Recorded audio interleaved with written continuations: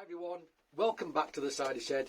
I'm Chris and we're going to try some ciders. No, we're not. We're going to try some perry today. A perry and a beautiful little cheese. It is literally beautiful. You'll see what I mean in a minute when you see it. It's a gorgeous little thing. But what we're going to try perry-wise first off, well, we're going to try another one from Monnow Valley Cider and Perry. Kevin, who's gave me did give me. I bought lots of cider off him the other day. I'm gradually working my way through the various ciders and perries, mainly perries actually. Today, here's a bottle. We have another one. This one is Yellow Huffcap. Yellow Huffcap, 7%. I've had this as a blend from Ross and Wye. I've never had it as a single varietal. This is very interesting.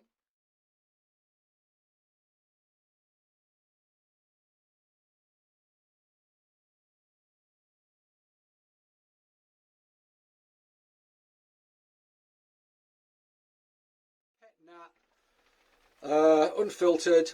So the last one we had, was it the last one? The Oldfield, I think we had, and it was still, but it wasn't meant to be still. But actually, they only bottled it very recently, and it gets wrapped off a lot. There's not a lot of yeast in there. They'll dose it with some sugar or bottle it before it's completely gone dry, which I think is what it actually does, which is pet nat proper. So it must be doing that. Although, what does it say? Bottle condition, it says though. So maybe it does add sugar. Anyway, either way. Wrapped off a lot, not much sugar, yeast in there, I imagine. So it's a very slow fermentation process, this last bit. So if this was bottled at about the same time as the Oldfield, then I suspect it's going to be still as well. And I've got lots to sell on the market, so I need to open it to find out if it's still a sparkling, because I want to know before I sell it to people. So that's why I'm doing it, not because I want to try it or anything like that. Right, let's crack it. Let's crack it open. Ooh, yeah, so I think this one might also be still. Okay, ooh. Bit of residue. Right, let's pour it out. Yeah, I'm thinking it is. I feel like it's got a tiny bit more sparkle than the Oldfield had. But what I'm thinking I'm going to do with these is take them back to the lockup, leave them there for a while, and see if they get any fizzier. So there's probably going to be some residual sugar in this. So I was saying the other day about the Oldfield, there's a nice little bit of sweetness to it. But actually, if it hadn't gone through secondary fermentation in the bottle, those sugars would still be there that the yeast should have been eating. So it would have been sweeter, if you see what I mean. Anyway, let's have a look at this. It is, I'm all over the place, sorry. Got my hat on. Shit weather. It's rained all day, and it's cold. So there you go. Very, very pale, like many, many perries. That's a very, very pale gold to lemon water, I would say again. That one, so where we're going. It's pretty bright, but there is a haze in there. It's definitely unfiltered. Okay, let's smell it. A bit of a bigger nose than the other perries I've had, I would suggest. Still not massive, but it has got a nice round pear character to it, actually. Yeah, gentle. Not much acidity that I'm detecting. Nasally. Yeah, really delicate. A bit less floral and more of a deep pear character, I think, than the other ones I had. Yeah, like riper pear, cooked pear, that kind of thing with sugar, maybe a bit of butter. Right, let's try it.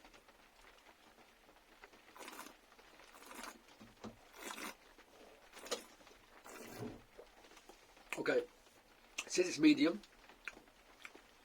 It's quite sweet for medium. Not too sweet for me, but that's a sweet for medium based on the other things I've had from Kevin. There is the beginnings of a prickle on the tongue though. Just the beginnings. So I suspect this needs to sit for a bit longer, get a bit of bubble, and then we'll revisit it. But let's assess it now on its current merits. I'm going to keep coughing. I cannot get rid of this cough. Jesus. Right. It's got sweetness to it, but there's a little bit of acidity there. Sort of a lime kind of character, I would suggest.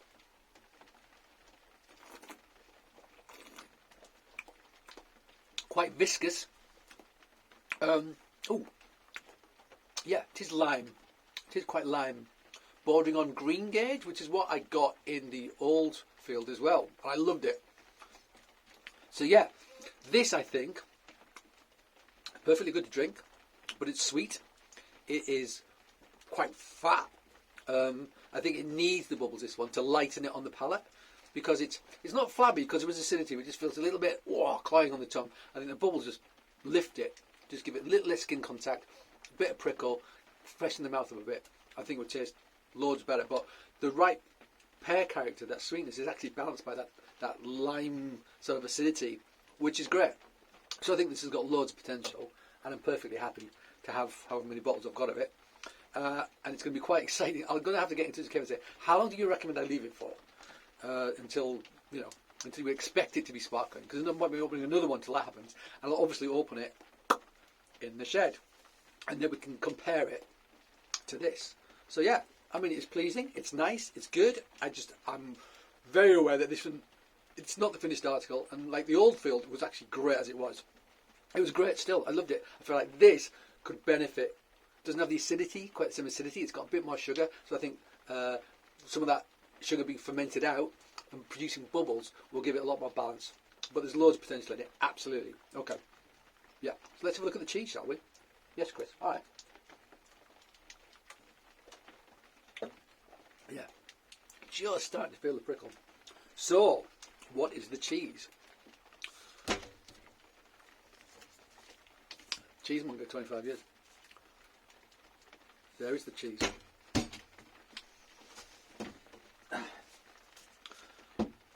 There is the cheese. Okay? That's how you handle cheese.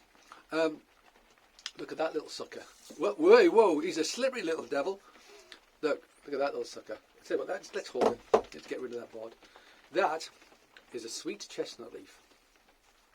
And this is grass wrapped around the sweet chestnut leaf. And inside, that wrinkly little thing in there, that is a Mistralou, which is a Provençal goat's cheese made by the Monnow family in the Provençal hills. I was privileged enough to go and stay with them, and it was amazing. Beautiful place. It's an ancient farmhouse, but inside they're doing it amazingly. They've got a food bar. They've got like a table football thing and all sorts going on there. It's brilliant. It's almost like a pub. Spiral staircase. It's great. They were milking about 70 goats at that time. One of the most interesting things that's ever happened to me in a milking parlour, and I could tell you some stories. One of the most interesting things that happened to me in a milking parlour was, well, a parlour, it's like just like a big shed, in the mountains. Parlour doesn't really do it justice. They said, would you like to try some milk from the goats as they were milking them, like fresh from a goat? I was like, yeah, all right. So I got a cup, got some milk out of one of the goats, gave it to me, drank it. I was like, ooh. And all three of us actually, was with two of the colleagues, said, that's quite salty actually, it's quite surprisingly salty. And he went, oh yeah. Went to another goat, got some milk out of that one, gave it to us. Totally different flavour. Two goats, same farm, maybe milked at the same time, two totally different tasting milks.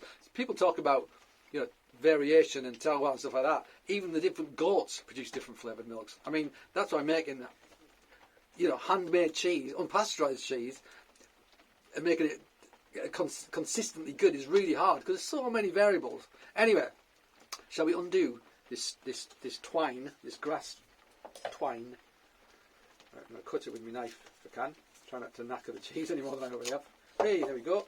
So, there it is. There's one bit of leaf. And the leaf does actually impart some flavour. You get like a sappy quality to it. And there's the cheese inside. How about that? Beautiful little thing, huh? Beautiful little thing.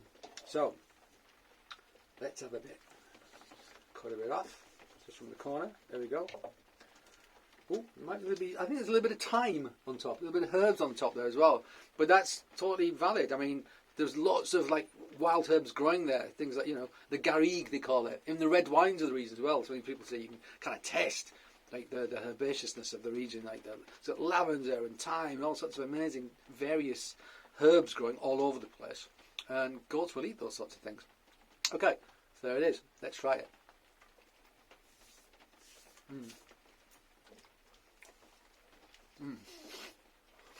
Bloody hell. Fudgy texture. Great.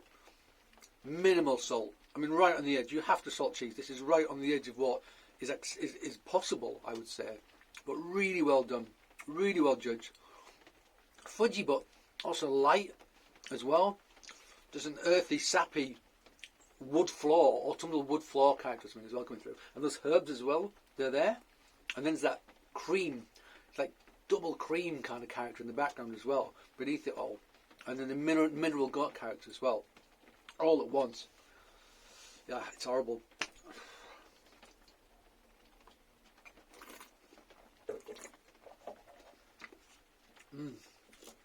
So, I'm going to argue that, oh no, I could eat all of that in one go. It is awesome. Awesome. It's like butter. It's like the most amazing butter you've ever had. Just fantastic. Right, so I'm going to argue this is too sweet and it's too still. That buttery mouth coating texture really wants bubbles. It really wants bubbles. And I think because the salt in that is so minimal, salt and sugar, great bedfellows. This is pretty sweet. That is very low in salt.